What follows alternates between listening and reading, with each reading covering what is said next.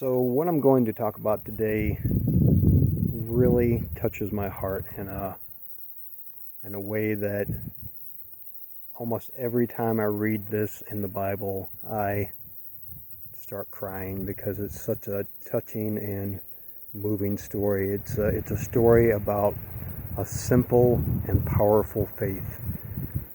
Knowing that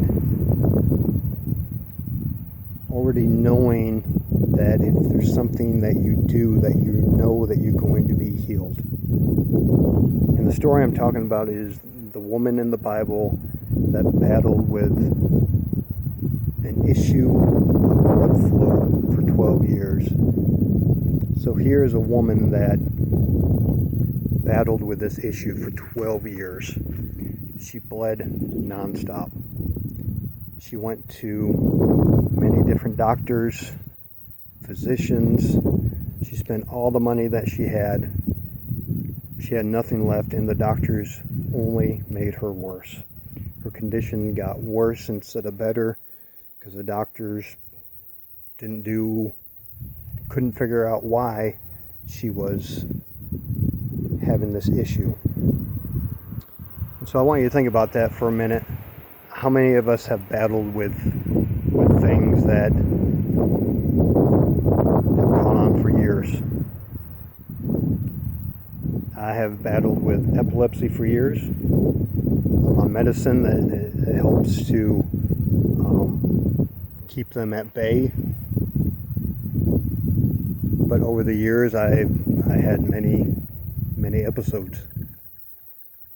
But you think about other people that struggle with certain things day in and day out, and they never get better. The doctors only make them worse.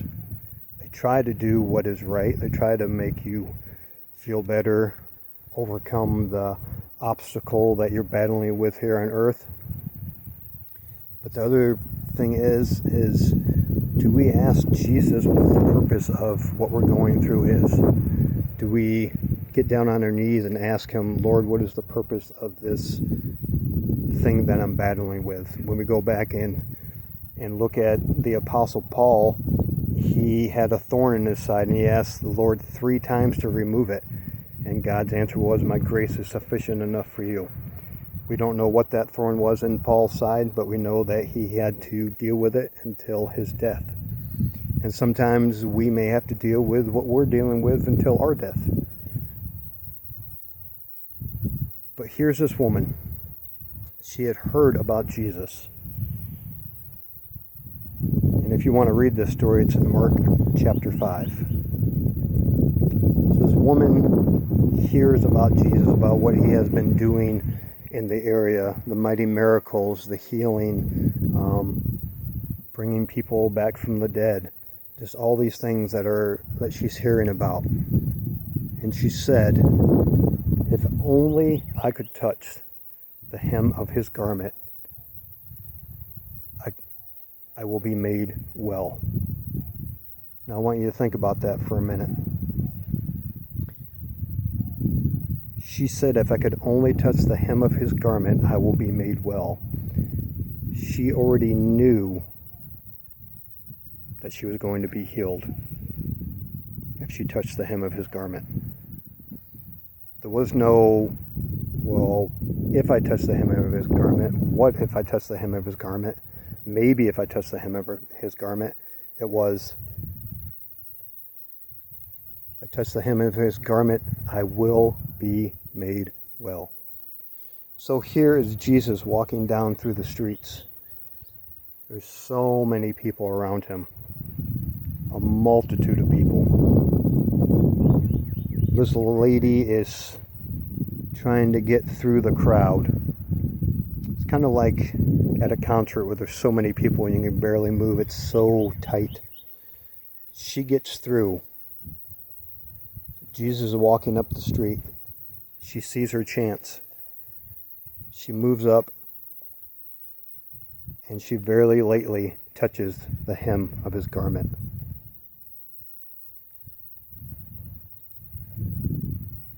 And immediately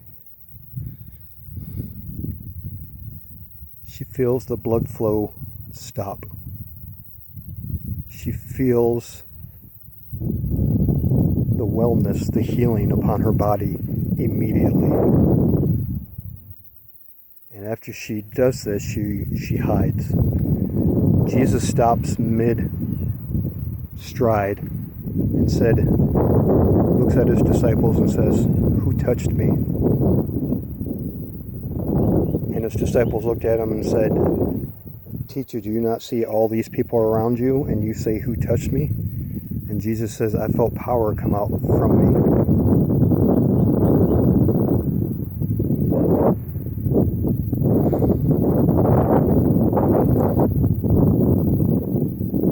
It is such an amazing story. This lady knowing if she touched his garment, she was going to be made well. And Jesus feeling the power come out from him. Because remember, he was God in the flesh. He turns around and he sees her. And remember, Jesus knows everything, so he already knows who touched him. She comes before him, kneels down in front of him, and confesses all of him, everything from the beginning to the end. She confesses that she touched him and that she wanted to be made well because of everything that she had been going through. Jesus says to her, "Daughter, your faith has made you well." Your faith has made you well. Not touching my garment, but your faith. You believed with your whole heart that if you touched my garment, you would be made well. Your faith made you well. Think about that. Her faith. How strong is our faith? Is our faith that strong? Asking, thinking about something, and speaking that we will be healed if we do this thing? Jesus says, like I said, he said, "Daughter, your faith has made you well." Now here is the bang of the story. This is the only time in Scripture ever that Jesus calls a woman daughter.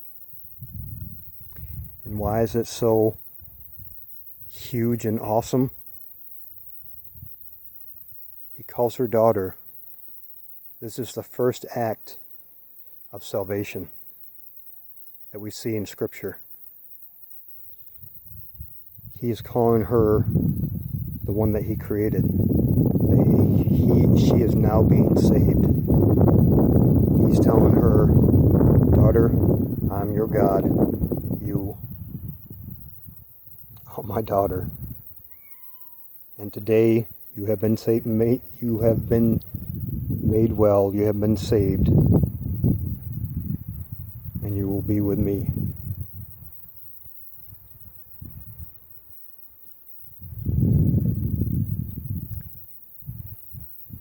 So when you go and pray tonight, when you are asking God for things, God says, "You receive not because you ask not."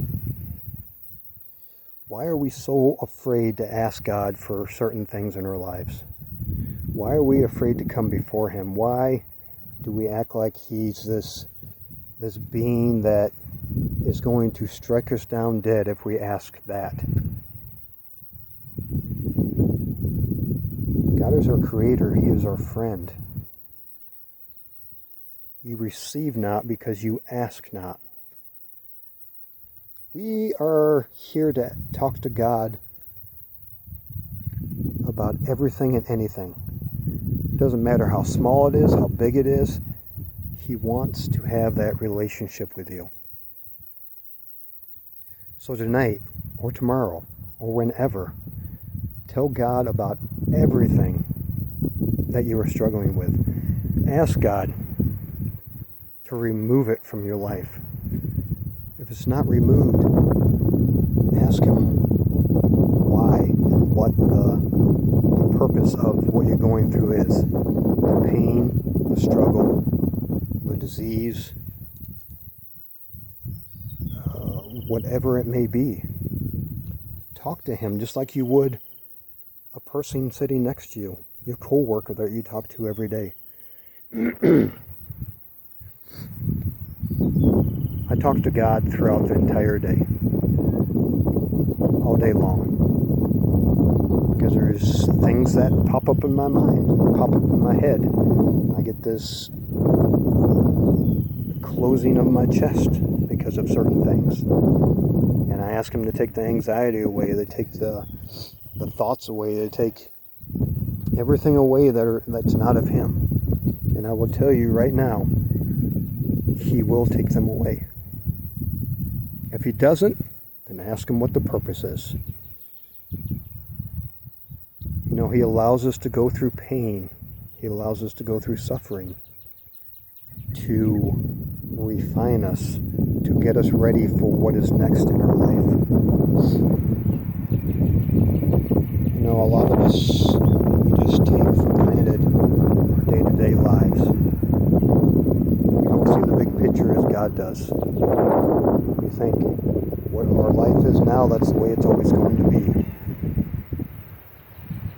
Things are going to change in your life all the time. 99% of the time, God takes you out of your comfort zone. There's a reason for it. Follow him. Be obedient to him. Listen to him. He's going to give you words. He's going to give you things that you need to do. Write them down. Hold them dear to your heart. The promises that he gives you, they may not happen tomorrow. They may not happen next week. They may not happen next year. They may happen way down in your life. You look at a lot of people in the Bible. Many of the promises that God made didn't come until 30, 40 years later. But God is not slacking. He is doing it at his perfect timing. He is perfect in everything. So, brothers and sisters, you receive not because you ask not. Go before the Lord. Tell him everything that's on your heart and your mind. He already knows, but he wants to hear it from you.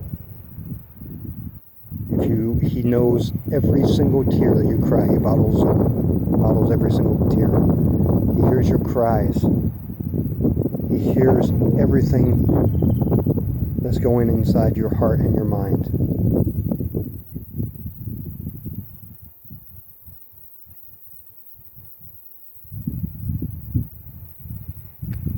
Just do it and you'll be amazed at what God is going to do in your life, how he's going to change you and change circumstances in your lives. And you will give him glory and honor and praise for it all. I love you guys. God bless.